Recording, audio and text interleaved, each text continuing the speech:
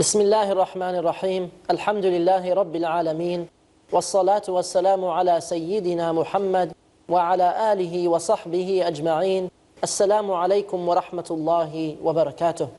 My dear brothers and sisters, we discussed in a previous episode some of the descriptions of the characteristics that lead people to paradise.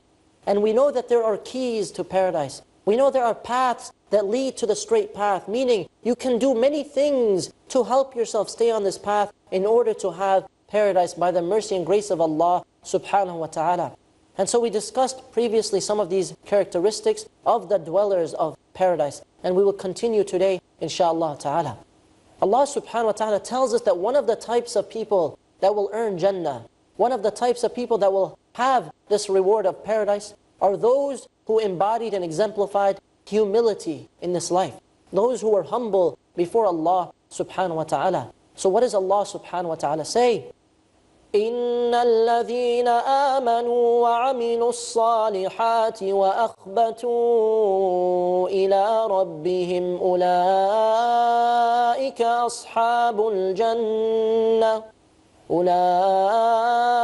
أَصْحَابُ الْجَنَّةِ هُمْ فِيهَا خَالِدُونَ. Verily those who believed, الَّذِينَ آمَنُوا, and they done righteous deeds, وَعَمِلُوا الصَّالِحَاتِ, and they humbled themselves to Allah subhanahu wa ta'ala, verily these are the dwellers of paradise, they will abide therein eternally. And so we have many examples of being humble towards Allah subhanahu wa ta'ala. When you are humble to the Creator, Allah subhanahu wa ta'ala will elevate your status. When you are humble to Allah subhanahu wa ta'ala, Allah will elevate your status in this life and in the hereafter. And so humility is one of the paths to paradise. And we mentioned previously that the opposite, to have pride and arrogance, is one of the most common paths to the hellfire. And the people of the hellfire, they are filled with arrogance and pride. And so hellfire says, in an authentic hadith, hellfire says, I am rich, filled with those who are greedy and arrogant. Those who are greedy and arrogant. So don't have arrogance. Be humble in turning to Allah subhanahu wa ta'ala, and Allah subhanahu wa ta'ala will elevate your status. Be humble and Allah subhanahu wa ta'ala will raise you in rank. And so humility is one of the paths that leads to paradise. Furthermore, when you talk about the concept of the Creator and the creation, we mentioned before that you need to have servitude, to worship Allah with servitude, full submission. That requires you to be humble in order to know that you are in need. Because an arrogant or prideful person feels that they are not in need. They feel that they are independent and they don't need anyone else's help. Whereas the humble person knows fully that they are in need and that only Allah subhanahu wa ta'ala can fulfill that need. And so we ask Allah subhanahu wa ta'ala to grant us humility in order to be led to paradise. Now Allah subhanahu wa ta'ala described some of the descriptions and deeds of the inhabitants, the characteristics that they have. Allah subhanahu wa ta'ala described some of the characteristics of those who are righteous, those who will enter paradise. What does Allah subhanahu wa ta'ala say?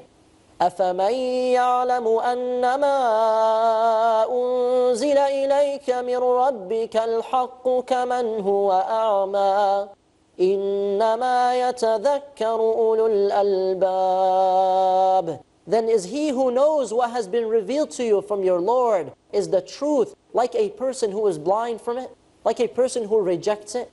They will only be reminded, those people of understanding, people who can understand and comprehend. الَّذِينَ يُوفُونَ بِعَهْدِ اللَّهِ وَلَا يَنقُضُونَ الْمِيثَاقَ. Those who fulfill the covenant of Allah and they do not break that contract or covenant.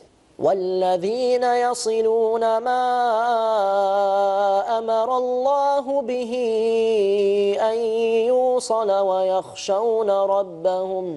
وَيَخْشَوْنَ رَبَّهُمْ وَيَخَافُونَ سُوءَ الْحِسَابِ. And those who join that which Allah has ordered to be enjoined, and they fear their Lord subhanahu wa ta'ala, and they are afraid of the evil of their account. They are afraid of what will come with them on the day of resurrection of deeds. So these people abstain away from everything that Allah has forbidden, and they do that and they enjoin that which Allah has commanded. These are some of their characteristics. Furthermore, Allah subhanahu wa ta'ala says, وَالَّذِينَ صَبَرُوا ابْتِغَاءَ وَجْهِ رَبِّهِمْ وَأَقَامُوا الصَّلَاةَ وَأَنفَقُوا مِمَّا رَزَقْنَاهُمْ سِرًّا وَعَلَانِيَةً وَيَدْرَؤُونَ بِالْحَسَنَةِ السَّيِّئَةَ أُولَئِكَ لَهُمْ عُقْبَى الدَّارِ. And those who are patient, seeking the countenance of Allah subhanahu wa ta'ala, and they establish the prayer, and they spend from what we have provided for them secretly and publicly, and they present evil with good, those will have the good consequence of this home. Which home is Allah referring to? He's referring to paradise, because He continues and says, جَنَّاتُ عَدْنٍ يَدْخُلُونَهَا وَمَنْ صَلَحَ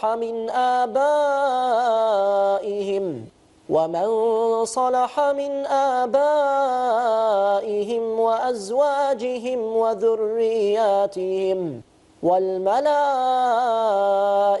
يَدْخُلُونَ عَلَيْهِمْ مِنْ كُلِّ بَابٍ سَلَامٌ عَلَيْكُمْ بِمَا صَبَرْتُمْ فَنِعْمَ عُقْبَى الدَّارِ. Allah says these people will be entered therein, in this good home. What is that good home? جَنَّاتُ عَدْنٍ يَدْخُلُونَهَا, gardens of perpetual residence. They will enter there with whomever was righteous. وَمَنْ صَلَحَ مِنْ آبَائِهِمْ, from among their fathers, their spouses, and their descendants. And the angels will come to them from every gate, saying what? سَلَامٌ عَلَيْكُمْ. سَلَامٌ عَلَيْكُمْ. Peace be upon you. بِمَا صَبَرْتُمْ, with what you were patient with. For that you persevered in patience, because you had patience in the previous life. سَلَامٌ عَلَيْكُمْ بِمَا صَبَرْتُمْ فَنِعْمَ عُقْبَى الدَّارِ. Indeed, this is the excellent home. Indeed, this is the best home that you can possibly have. And so Allah subhanahu wa ta'ala describes these people. They were patient in this life. They enjoined the prayer. They stayed away from that which is evil. They gave in charity from that which Allah has loaned them in this life. And so Allah subhanahu wa ta'ala gives these people paradise eternally, to abide therein forever. And this is the reward of those who are patient with what Allah subhanahu wa ta'ala has decreed in this life, with abstaining from evil and enjoining that which is good. And truly, when you think of these characteristics of those who are trusting in Allah and they are patient with Allah, you also realize that one of the biggest characteristics of those who are righteous is that they are grateful. They are always in gratitude. They are always thanking Allah and praising Allah subhanahu wa ta'ala through both words and through actions. And so they praise Allah subhanahu wa ta'ala for everything that comes their way.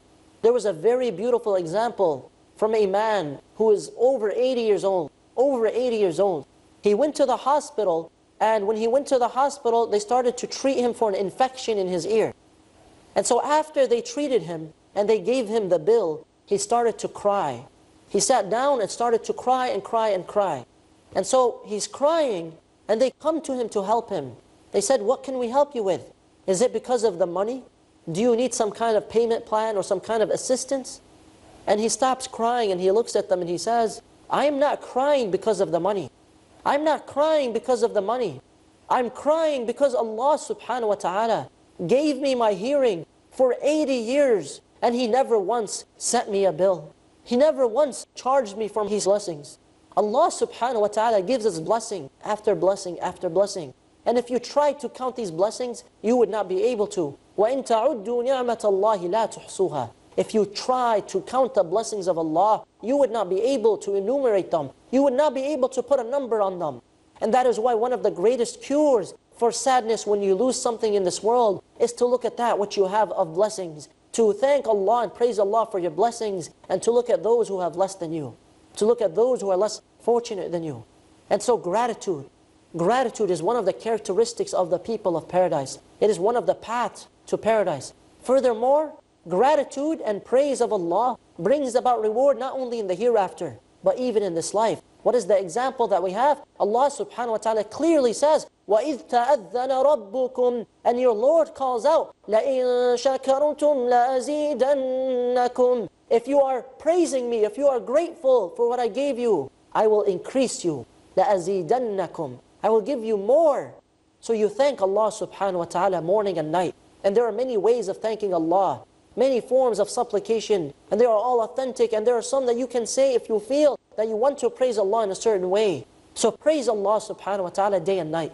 Thank Him for all that He has given you. And know that the one who thanks Allah, the one who appreciates what Allah gave them, Allah will increase them in blessings. So if you want Allah to increase your blessings, praise Allah subhanahu wa ta'ala morning and night. We ask Allah subhanahu wa ta'ala to make us of ash-shakireen, those who are always thanking Him. And we're going to take a short break, inshaAllah ta'ala, and we'll be right back, and then we'll discuss some of the descriptions of the key characteristics of the people of Jannah. Stick around, inshaAllah, and we'll be right back. Assalamu alaikum wa rahmatullah. Praise Him every day, every day. Assalamu alaikum wa rahmatullahi wa barakatuh. Before we took a short break, we discussed some of the characteristics of the people of paradise. And there are so many ways to get to paradise. There are so many good things that we can do, so many things that we can emphasize that will help us, inshaAllah ta'ala, to reach paradise by the mercy and grace of Allah subhanahu wa ta'ala.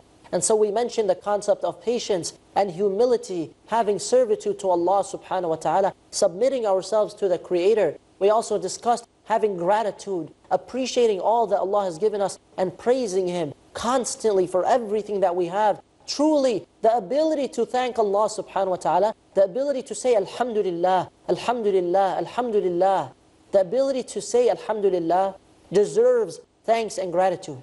We cannot praise Allah enough because we have to praise Him for the ability to praise Him. And Allah subhanahu wa ta'ala has given us so much. And so we thank Allah subhanahu wa ta'ala for all that we have. And we ask Allah subhanahu wa ta'ala to make you and I of those who are ash-shakireen, those who are always thanking Allah subhanahu wa ta'ala. And they exemplify that praise by action and by words. And so we ask Allah subhanahu wa ta'ala to allow us to have that type of action. When it comes to the concept of paradise, oftentimes we're not sure how much to put in. So some people are putting in more than others. Some people are not putting in enough efforts. Some people feel like they've done enough. They don't want to work for it more than what they're doing. And some people don't work for it at all. Some people expect paradise without doing anything for paradise. And we have the famous story that you might have heard before, the story of the master, the wicked master, and his righteous servant. And so one day the master tells the servant to plant some barley seeds. And so the servant decides that this master, because he's so wicked, he wants to teach his master a lesson. So what does he do? Instead of planting barley, he plants wheat instead. He plants wheat instead of barley. And so as the season nears, and the master is looking at the plants growing and the crops growing, he notices that he sees wheat and not barley. So he sees the opposite. So he told his servant to plant some barley, and his servant planted some wheat. So the master, as the season nears, he notices the crops are growing. And what is growing now?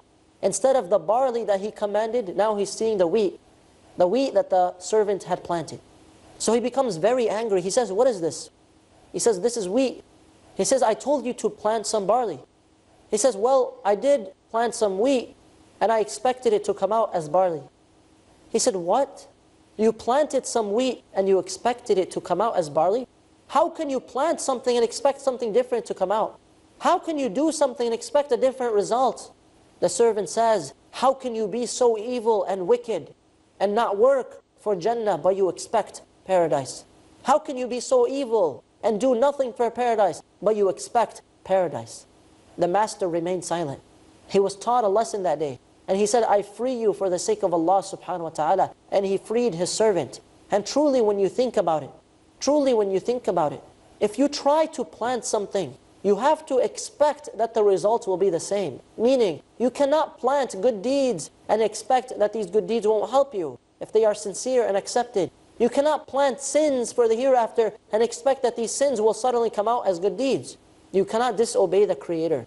You cannot go astray in your own logic and intellect and pride and arrogance, your own path in life, and expect Allah to give you paradise. You have to reap what you sow. You have to do that which is fair and just. You want paradise, you have to work for it. You cannot expect Jannah without working for it. How can you miss your prayers and expect paradise? How can you disobey your parents and expect paradise? How can you do so much evil in this world and expect paradise? How can you go away from Allah, turn your heart away from Allah subhanahu wa ta'ala, and expect Him to give you paradise? You have to earn it. You have to work for it. Imagine someone coming to your business or your corporation. They come to the headquarters and they say, I want a paycheck. And the people ask them, do you even work here? No, I do not. How can you expect a paycheck? How can you expect some kind of reward for something you didn't do? Even as an employee, if you decide to suddenly sleep in for 2 weeks or 3 weeks without even notifying them, you decide to leave, and then you come back for a paycheck, you can't expect to be paid. You can't expect a reward. You have to work for it. You have to work for it. And the example of the hereafter is much greater than the examples of this world. And this leads us to more and more characteristics of the people of paradise. And we mentioned one of those things is to honor and respect your parents. And truly this topic cannot be emphasized enough. It is one of the paths to paradise. It is one of the rudimentary and foundational parts of Islam, to honor and to respect one's parents. And so this is a topic that is important, and we have to emphasize some of the virtues of obeying one's parents. And when we talk about the subject of parents and children, we need to also emphasize that for both parents and children, you need to ensure, whether you are the parent or the child, you need to ensure that there's a good relationship between the two. You need to put in your efforts. And as a parent, you cannot destroy your children. You cannot remove their confidence and self-esteem. You cannot use them and make them weak and vulnerable and feel useless and controlled. You have to build the confidence of your children. You have to be gentle and compassionate and at the same time firm in order to teach them. The Prophet ﷺ is the best example for us in the way that he raised people. And notice that people love to be around him and they love to listen to him. So if you want to raise your children and you want good children, follow the way of the Prophet ﷺ. If you feel that you are losing control, it is because of something that you are doing as a parent. And so put in your efforts. Put in your efforts. And perhaps sometimes Allah subhanahu wa ta'ala will test you with children who do not obey you or respect you or honor you. And even as a child, sometimes you will be given parents who are not very practicing or very respectful or helpful or compassionate with you. Maybe they are oppressing you in what they are doing. But all of these situations ultimately have to remind us about the virtues of parents and their children in Islam and the importance of obeying and respecting our parents. So do not ever raise your voice at your parents. Do not ever harm your parents. Do not ever speak ill of your parents to them or behind their backs. And truly Allah subhanahu wa ta'ala will punish a person if that person, the last day of their life, the last thing that they do in this world is that they were disobedient and insulting and harsh, and they said something evil to their parents, or they actually laid a hand on their parents, or they said something haram to their parents. Allah subhanahu wa ta'ala will cause this person to come about on the day of resurrection with severe consequences. So do not allow the last day in this world for you to be a day when you disobey your parents or say something inappropriate to your parents. Make sure any time you leave your parents' hands, you leave your parents' gathering, that your parents are pleased with you. And if they become upset with you, remove your emotions for a moment and go back to your parents and tell them to seek forgiveness for you and to forgive you and to make dua for you to become better. And as a parent, if your child is disobedient, make dua for them to become better, not for Allah to take them away, not for Allah to curse them. Make dua for them to improve. And so Allah subhanahu wa ta'ala says, وَاعْبُدُوا اللَّهِ, and worship Allah, وَلَا تُشْرِكُوا بِهِ شَيْئًا, and do not associate partners with Him. The worst thing any human being can do is to associate partners with Allah. And so right after Allah subhanahu wa ta'ala says this, what does He say next? Allah subhanahu wa ta'ala says, وَبِالْوَالِدَيْنِ إِحْسَانًا, and do good to your parents. Enjoin good with your parents. Honor your parents. Allah subhanahu wa ta'ala is giving this command right after He says, do not associate partners with Him. The most severe thing you can do in this world as a human being. Allah subhanahu wa ta'ala also says, وَوَصَّيْنَا الْإِنسَانَ بِوَالِدَيْهِ حَمَلَتْهُ أُمُّهُ وَهْنًا عَلَى وَهْنٍ وَفِصَالُهُ فِي عَامَيْنِ أَنِ اشْكُرْ لِي. Allah subhanahu wa ta'ala says, وَوَصَّيْنَا الْإِنسَانَ بِوَالِدَيْهِ حَمَلَتْهُ أُمُّهُ وَهْنًا عَلَى وَهْنٍ. So Allah subhanahu wa ta'ala says, and we have enjoined upon man care and respect for his parents. His mother carried him, increasing her in weakness upon weakness, and his weaning is in 2 years. Be grateful to me. So Allah subhanahu wa ta'ala says, Anishkur li. What does He say with that? He says, Anishkur li wali walidayk. So be grateful to me and to your parents. إِلَيَّ الْمَصِيرُ, and to me is your final destination. Allah subhanahu wa ta'ala is telling you, as you're being grateful to Allah subhanahu wa ta'ala, also be grateful to your parents. Allah wants you to be grateful and respectful and obedient to your parents. You can never repay your mother back for carrying you for so long, and for nurturing you for so long, and for raising you and taking care of you. There is no one who is alive who loves you more than your mother. There is no one who would sacrifice their life quicker for you than your own mother. Your mother, even when she's angry and upset with you, she loves you more than anyone else. This is the emotional attachment of the mother to her son and daughter. So connect yourself to your parents and know that Allah subhanahu wa ta'ala wants you to be obedient to your parents. And He is telling you, be grateful to Allah and be grateful to your parents. Always remember what they've done for you. Even if you feel that you cannot live with them, or that the burden is too great, or that you want to do something but they are not allowing you to do it. Ask Allah subhanahu wa ta'ala to make matters easier for you, but do not ever disrespect your parents. Ibn al-Jawzi rahimahullah, he says something very beautiful about the concept of parents and the virtues of listening to them. He says, to be kind to one's parents is the following. Number one, to obey them when they tell you to do something, unless they tell you to do something which Allah has forbidden. Number two, to give priority to their orders over voluntary acts of worship. Number three, to abstain from that which they forbid you to do. Number four is to provide for them, to serve for them, to approach them with gentle humility and mercy, not to raise your voice at them ever in front of them, not to fix your glance or stare at them, nor to call them by their names, and for you to be patient with all that comes from them. And this is what Ibn al-Jawzi rahimahullah says. Somebody came to the Prophet ﷺ and asked him, O Messenger of Allah, who from amongst mankind warrants the best treatment or best companionship from me?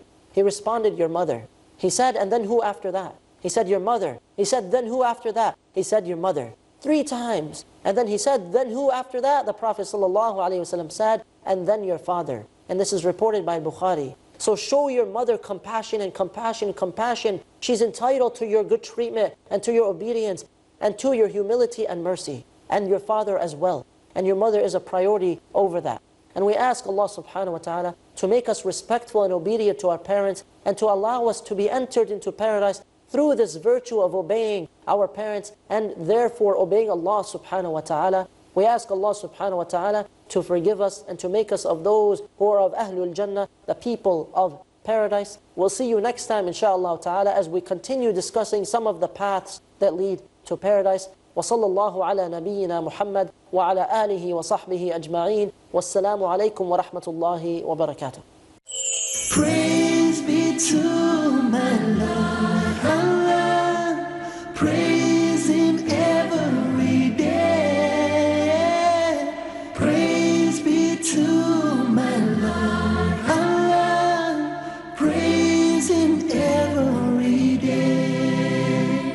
In the morning, praise, in the evening, praise Him every day. When you love